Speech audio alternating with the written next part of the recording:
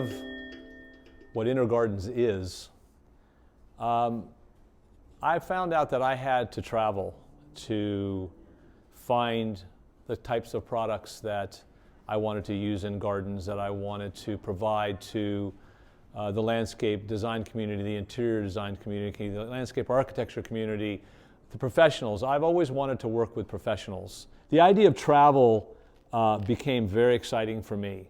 I'm a treasure hunter at heart. My heart beats. I could be going to the Rose Bowl. I could be going to an estate sale in any part of town, and as soon as I get out of the car, my heart starts beating. I can feel it. I'm going to turn a corner and I'm going to find some piece. No, it doesn't matter how big, how small. If I find some jewel that makes me happy, it's been a successful day.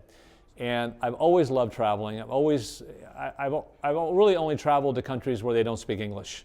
So the last number of years has been this search for unique objects and pieces that I could use to help other designers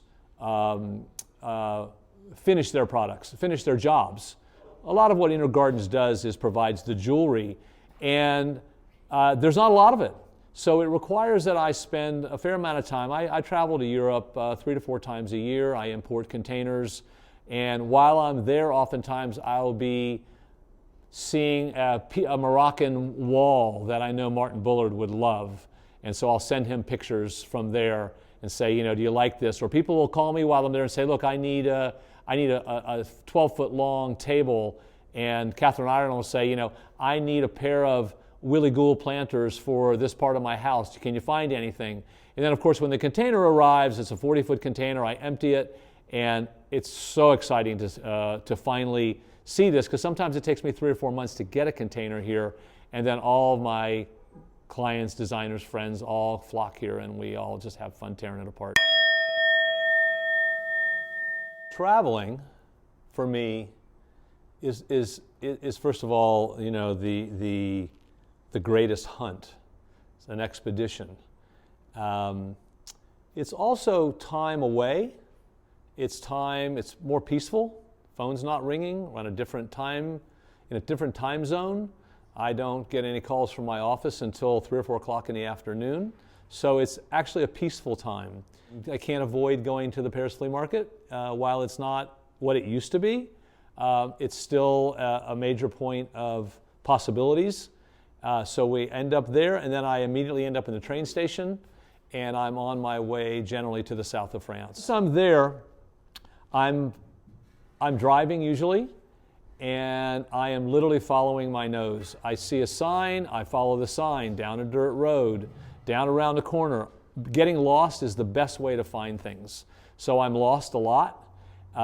It gets a little weird because I don't speak French, I don't speak Italian, I do speak a bit of Spanish, but it's difficult. But I think my best finds have been when I'm lost, and I've found a country house, and someone will point me to another country house down the road, and all of a sudden I've found something that the owner usually knows what he has, but it hasn't gone through 5 different hands already till it got to me. When you go to shows or you go to fine stores, this object has been through 3 or 4 or 5 different hands, and then you get it at a very high price. So it's the hunt. It's the hunt that makes me travel. It's the hunt. It's the food. It's the people. I really enjoy meeting people. I have friends all over that part of Europe now, from southern France to Spain to Italy. So between making new friends, eating well, treasure hunting, having time to myself where it's quiet, it's really become a big part of my life that I truly love.